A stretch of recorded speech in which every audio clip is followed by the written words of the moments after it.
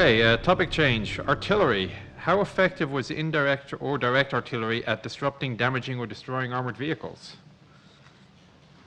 Well, in the U.S. experience, it was very effective. The rarity was artillery firing over open sites at hostile armored vehicles. I was thinking about this last night, and I'm pretty sure that at El Qatar, an artillery battalion that was being overrun fired over open sites, and it was the same artillery battalion that was the last line of defense at the 1st Infantry Division's beachhead at Gala when the Hermann Goering Panzer Division almost overran it. And they helped drive it off firing over open sites.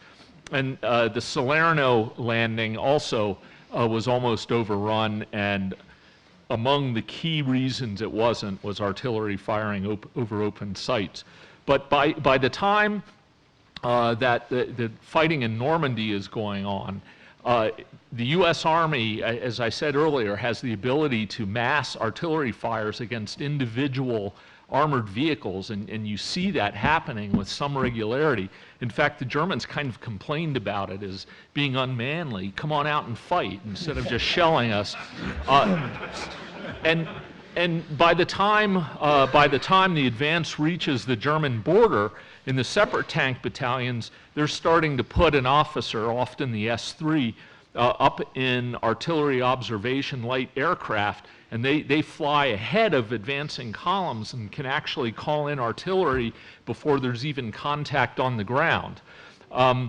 From German reports, you see how damaging American artillery fire is. I found one report from the 29th Grenadier Regiment after it was smashed in a tank infantry attack near Aachen, and they say the artillery fire became heavier than anything we had ever experienced before. Weapons were being wrecked, and over our head were 4 observation planes competently directing this fire right down on top of us.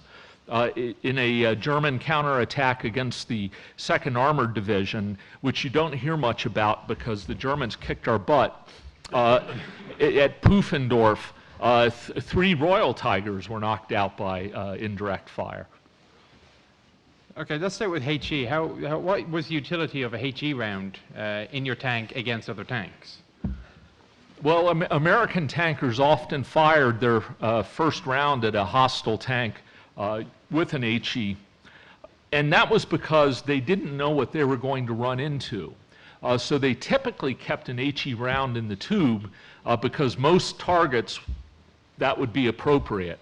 And it had a secondary advantage.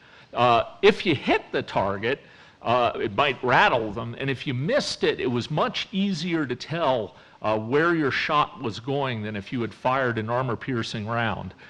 There are cases where Sherman tankers used high explosives against Tiger tanks because armor piercing would do nothing to the vehicle. But if you fired high explosives, you might break off a track or damage a road wheel or something. And in one documented case, after firing 30 rounds of high explosives against the turret of a Tiger tank, the crew expired from concussion. In the Pacific, tankers actually preferred using high explosives against the Japanese tanks because they just disintegrate. And if you fired armor piercing, the round was likely to just pass through the tank. Not do any damage at all. Of course, you were talking about the 20 mil as well, weren't you? Yeah, towards the end of the war, they issued the 251 half-track with the drilling, which were either 15 millimeter or 20 millimeter ex-aircraft cannon that were left over from the Luftwaffe. And very, very quickly, the troops demanded more and more of these drilling because they found that they were really good at scaring off the guys on the far side, because once you opened up with 3 barrels on even armor on T-34s, whatever it was, they cleared off because they didn't want to stay around for this vast amount of incoming fire. So it's interesting the way a weapon can appear from nowhere to have such a value. They would have taken as many as they could have got of those. Okay, a question from one of the many marks, and since you didn't specify which mark you were, sloped armor. What's the general history behind this? Why did the Russians have it? Where was it developed? Who pushed the development in Russia is the question. So, let's kick off. I thought that David had a good answer. Why doesn't David start off with the history side? I'll get the Russian side. All right. If you want to go right back to the origins of the sloped surface to deflect shot, you need to go back to people like Vauban, the French fortifications designer. As a concept, it's as old as the hills. You'll find it in warship design, and even the very first tank, Little Willie, has sloped frontal plates. It's not actually armour, it's boilerplate. But that is done actually to accommodate the individual inside, because like us, they have legs and knees and stuff. And you had to find somewhere to put them. What we were talking about the other day was the fact that, of course, although many tanks, up to Tiger, up to Comet even in the British service, are virtually square, sloped armour represents an ideal. If two vehicles are facing one another on a flat billiard table, square on, then sloped armour has a value. But the minute either tank turns or either tank alters its attitude a wee bit, then the sloped armour effect can be negated. So, and it does have the added problem, which I think Steve will probably embroider on, of creating a hull which appears to have lots of room in it, but is in fact such a cramped place that in the tiny bits where the armour meets, you can only put useless little items. So it's actually very inhibiting to the tank designer. The whole sloped armor issue is perhaps best known because of its connection with the T-34, the tank panic of the summer of 1941 when the T-34 was first introduced. The T-34 had sharply sloped angle not only in the glacis plate, which is actually fairly common. I mean, you can go look at a Sherman, you can look at any number, you can look at a Sharby, a Samoa, many of them have sloped glacis plates. The T-34 differed in that it was sloped both on the side and on the front, well, for that matter on the rear. The reason is the mathematical reason. I mean, David touched on the historical issue. As you slope armor, if your armor is, say, this thick, let's pretend that's 50 millimeters, and you slope it like this, coming in this way, maybe 50 millimeters that way, but coming in this way, it's suddenly, say, 75, depending on what the angle is. So the effective thickness against attack is thicker, so of course it's advantageous. As David pointed out, though, there are disadvantages that come with it, and that is the volume within the hull. If you take a look, if you get down inside of a T-34 hull, you'll suddenly find that the areas underneath that sloped area, you have less space, obviously, than if you have a vertical side. So if you get inside a Sherman, you can put an awful lot of ammunition or whatever inside that sponson area up above the track. And the T-34, you're much more limited in that. And so it was a very clever idea, very attractive, but you'll notice that after the T-34, the Russians drop it in the subsequent family of vehicles on, for example, T-44, T-54, and subsequent. They keep, of course, a very, very steeply angled glacis plate on the assumption that that's going to be one of the primary areas to be hit. So they want to keep the feature there, but they do minimize the use of sloped armor later on after they figure out the volumetric problems. And connected with the volumetric problems, of course, is the turret ring issue. If you slope in the sides, you have less room up on top of the roof to have a large turret ring. The large turret ring will accommodate a larger gun. So there's a connection between sloped armor and other aspects of design. It's not simply a case of going and selecting sloped armor. Where it came from, as David pointed out, sloped armor, people have appreciated the idea of sloped armor for many years, even before tanks. The actual lineage of it was, of course, the BT family coming from the Christie tanks already had a very steeply sloped glacis. There was an interim vehicle between the BTs and the T-34 that added the sloped armor on the side. So it came out of the Kharkov Design Bureau at the Kharkov tank plant. But once again, the lineage is older than you'd think. Of course, the Germans being the Germans, they went a more mathematical route. Well, there was actually a Dr. Rao who was in charge of armor in the German system, and he had worked out that this armor plate, that the glacis, everybody knew that sloped armor theories and so forth, but Dr. Rao calculated that the German armor of that time, set at 10 degrees or approximately 10 degrees, was more than adequate to defeat any lightly incoming round, and it didn't have these problems with the interior of the vehicle. So when you look at a German vehicle and it's kind of square boxy and so forth, it's not that they didn't know about sloped armor, they just didn't think it was worth the effort. Okay, complete change of topic again. Now we're going to go on to oscillating turrets, which are pretty much a big deal in at least World of Tanks right now.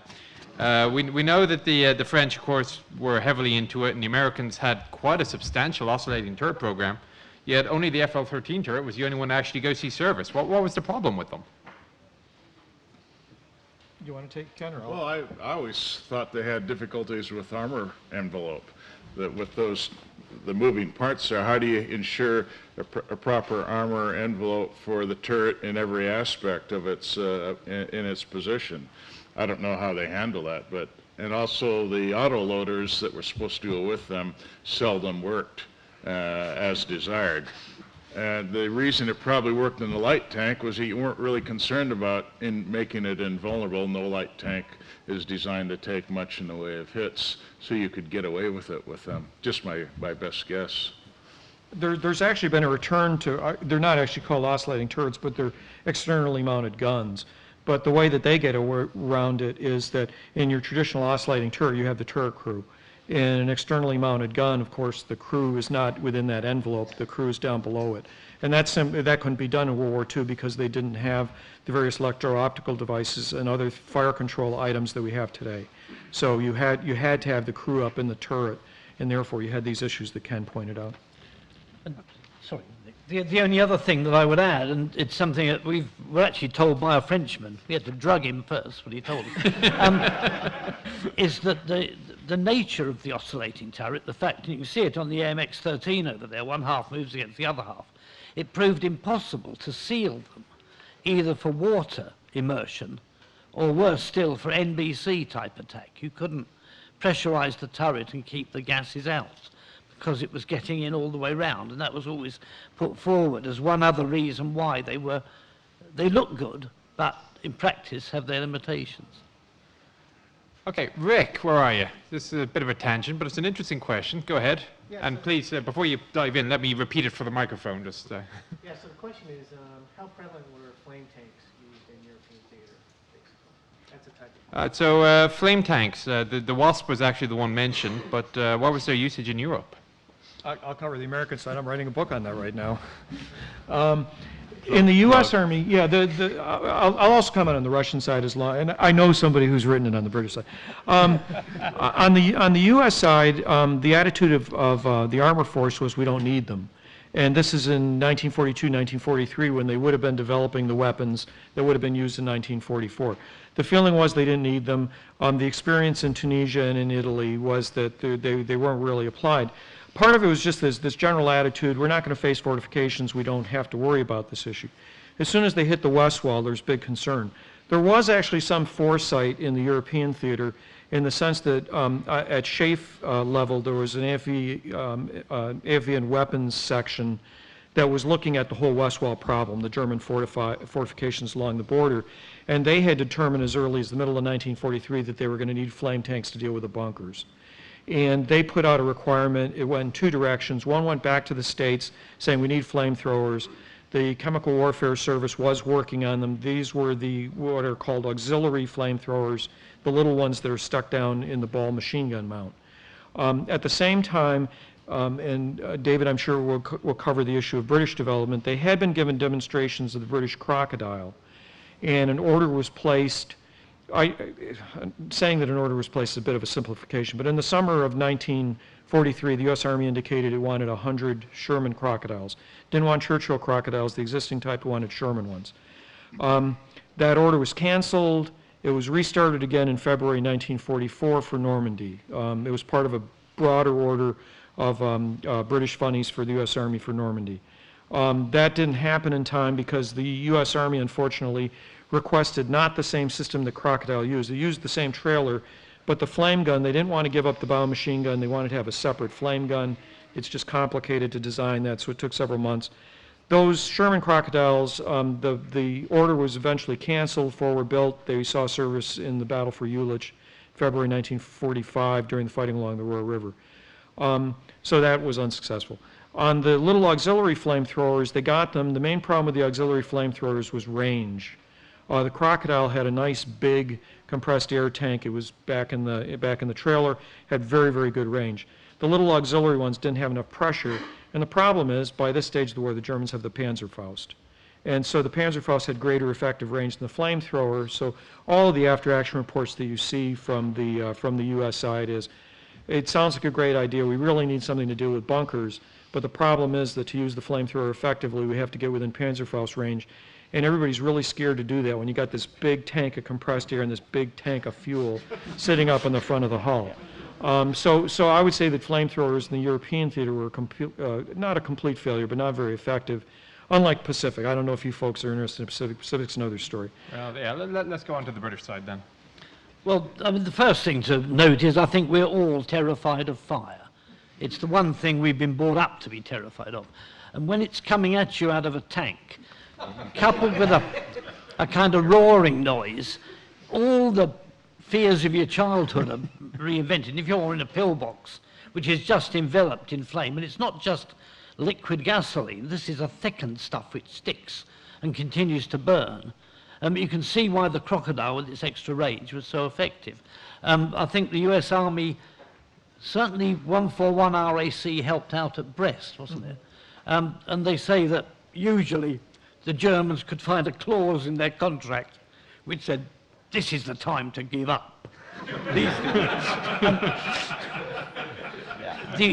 odd thing is that we took, 7th Royal Tanks took Churchill Crocodiles to Korea, but as far as we know, only ever used the tanks as gun tanks, left the trailers behind. And you would have thought, bearing in mind the North Korean tactics, that mass use of flame would have been very effective. After that, we seem to have dropped it, and yet in M113 modifications still operational in Vietnam. So flame has a part in warfare, but it's a very restricted one. The Marine Corps never gave up on the flame weapon until 1972. The troops in the M3 light tanks take infantry handheld flamethrowers and simply strap them to the ball machine gun, and they use these in the Central Solomons and later in New Caledonia. Pure improvisation. The failure of tanks to be effective enough at Tarawa results in the official requirement as of November 1943 for a flame tank, at least as far as the Marine Corps is concerned. The first use of the M3 flame tank at Saipan is only a limited success, only with the Army project starting from the European requirement, reaching the Pacific, first in 8 tanks sent to Iwo Jima, results in a complete battalion of flame tanks, Army operated, being sent to Okinawa for the campaign there. Do we have a Flammenpanzer answer? Oh yes, I mean the Germans invested a lot of money in flamethrowers. They had about 200 on the Panzer II chassis originally. Then they converted Char Bs that they had captured into flamethrower tanks, and eventually produced a series of Panzer IIIs with the flamethrower. But the experience kind of parallels what we've heard from the others. They were targeting bunkers primarily, and by the time you had these vehicles produced and the threat had gone away, you'd overrun the bunkers or you'd abandon them, and they were no good when you got gun tanks attacking you. So they were worthless from that point of view. But after the Panzer III version, they put them on again on the 251 half-tracks, and they were used there. Now this is a very light vehicle, and I've seen a report where they're recommending the tactics for using these flamethrowers, but it says it depends on having a very determined and motivating officer in charge who You will go forward. The effect of a squad of 251s charging at a massed group of Russian infantry, firing their flame projectors in every direction, was just tremendous. The other side folded up and ran away or surrendered, but you did have to use it in this sort of strange way. So I don't think they were ever really effective. And the last use of them, actually, from the German point of view, is they actually got 20 built based on the Jagdpanzer 38 for Nordwind, where they were attacking the US Army. I don't know why they asked for those, and no indication that they were particularly effective. It's because the Jagdpanzer 38 was such a great vehicle and they wanted to continue, right? No, the Jagdpanzer 38 is a self-propelled anti-tank gun. It's not a fighting vehicle. Was it at least a good self-propelled anti-tank gun? It was better than pushing a Pak 40 through the mud. I actually did a campaign book a few years ago for Osprey on Operation Nordwind, the fight in Alsace. And the reason that the German army in that sector requested the Flampanzer was that the U.S. Army by that stage was occupying the Maginot Line. So strangely enough, we're seeing the Flampanzers being used in, they were originally intended to be used against the Maginot Line when it was occupied by the French. Now the Flampanzers are being used against the Maginot Line, but when they're occupied by U.S. infantry, and they were effective. They routed out several U.S. Army units that were in Maginot Line bunkers. So in fact, their one last use was reasonably effective. And in town. And yes. It comes up in battle reports as terribly frightening because U.S. troops had never faced it before.